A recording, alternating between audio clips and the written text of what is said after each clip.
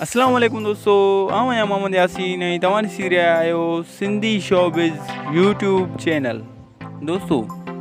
अॼु जी हिन नंढड़ी वीडियो मां तव्हांखे ॿुधाईंदुसि त सिंध जे लेजेंड ऐं तमामु बहितरीन एक्टर्स सैयद निसार अली शाह जे बारे में।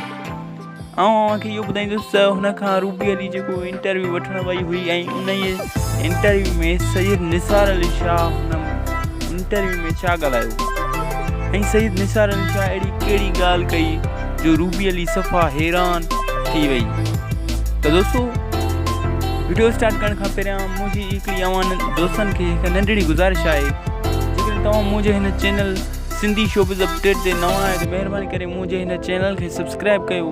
ऐं बेल आइकन बटन ते ज़रूरु प्रेस कजो त जीअं अहिड़ियूं मज़ेदार ख़ूबसूरत वीडियोस तव्हांखे मिलंदियूं रहनि। दोस्तों,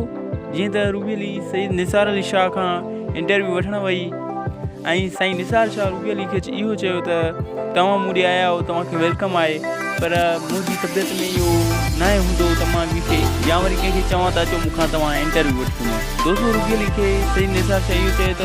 तव्हां आया हो त तव्हांखे वेलकम आहे, पर अचो त मां तव्हांखे पंहिंजो इंटरव्यू ॾियां थो। दोस्तों, रूबी अली जो साईं निसार शाह खां फर्स्ट में इहो सुवालु रहियो त तव्हां शुरूआत में एक्टिंग कीअं कई ऐं किथां खां शुरूआत कई। इन खां बाद में साईं निसार अली शाह रूबी अली खे इहो जवाबु ॾिनो त मां नंढड़ो हूंदो हुयुसि, पढ़ंदो हुयुसि ऐं उते मूंखे हिकिड़ो स्टेज ड्रामे मिलियो, उहो मां फर्स्ट में स्टेज ड्रामो कयो ऐं इन खां अलावा मां ईअं ई आसे आसे अॻिते वधंदो रहियुसि ऐं मुंहिंजी दिलि में इहो शौक़ु ईंदो रहियो। ऐं इन खां बाद में हीउ जेको मूं ड्रामो कयो पथर दुनिया, जंहिंजो डायरेक्टर साहबु हुयो अज़ीज़ सांगी, ऐं इन ड्रामे में मुंहिंजो जेको करेक्टर हुयो आचर जो करेक्टर हुयो, इन ई पथर दुनिया में मां असद कुरैशी जो भाउ हुयुसि ऐं इन ई में मुंहिंजे हीरो जो करेक्टर हुयो ऐं इन में तमामु बहितरीनु मुंहिंजो करेक्टर हुयो। इहो जेको मुंहिंजो करेक्टर हुयो सैयद निसार अली शाह चयो त इहो मुंहिंजो तमामु बहितरीनु करेक्टर हुयो। इन करेक्टर मां मूंखे तमामु घणी इज़त ऐं शोहरत मिली।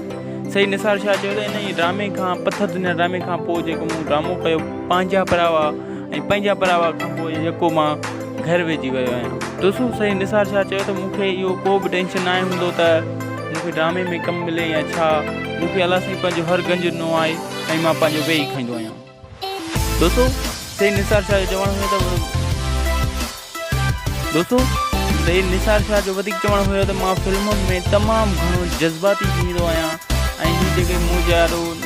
पूरा हथियार रिपीटर हूंदा आहिनि, इहे मुंहिंजे हथनि में घुरी वेंदा आहिनि ऐं जेके वॾा असुल जेन्युइन हथियार हूंदा आहिनि उहे मुंहिंजे हथनि में मज़बूत रहंदा आहिनि। ऐं दोस्तों, निसार शाह चयो आहे त मां अहिड़ा जुमिला ॻाल्हाए वेंदो आहियां जो मुंहिंजो ब्लड प्रेशर हाई थींदो आहे ऐं जीअं त मां फिल्मुनि में काफ़ी जोहर ऐं पंहिंजे शौक़ सां कमु बि शुरू कंदो आहियां। दोस्तों, सैयद निसार शाह जो वधीक चवणु हुयो त मां पंहिंजी हर फिल्म में शौक़ सां कमु कंदो आहियां ऐं ड्रामनि ऐं फिल्मुनि में कमु करणु मुंहिंजी दिली शौक़ु आहे। दोस्तों, वधीक सैयद निसार शाह जो चवणु हुयो त कंडन जी सेज मूं ड्रामो कयो जंहिंजो डायरेक्टर हुयो अब्दुल मन्नान अब्बासी ऐं उहो ड्रामो बि हिन मन्नान अब्बासी जो ऐं सैयद निसार शाह जो तमामु घणो ऐं उन ई ड्रामे में सैयद निसार शाह जो नालो हुयो हाशिम, उहो रोल बि हिन जो तमामु घणो मक़बूल थी वियो। त दोस्तों, हीअ हुई नंढड़ी वीडियो सैयद निसार शाह जे इंटरव्यू जी। उमेदु आहे त अॼोकी हीअ वीडियो अवां दोस्तनि खे ज़रूरु पसंदि आई हूंदी। वधीक अहिड़े ई ख़ूबसूरत वीडियोज़ ॾिसण जे लाइ असांजे हिन चैनल सिंधी शोबिज़ खे सब्सक्राइब कंदा, लाइक कंदा, कमेंट्स कंदा ऐं शेयर कंदा।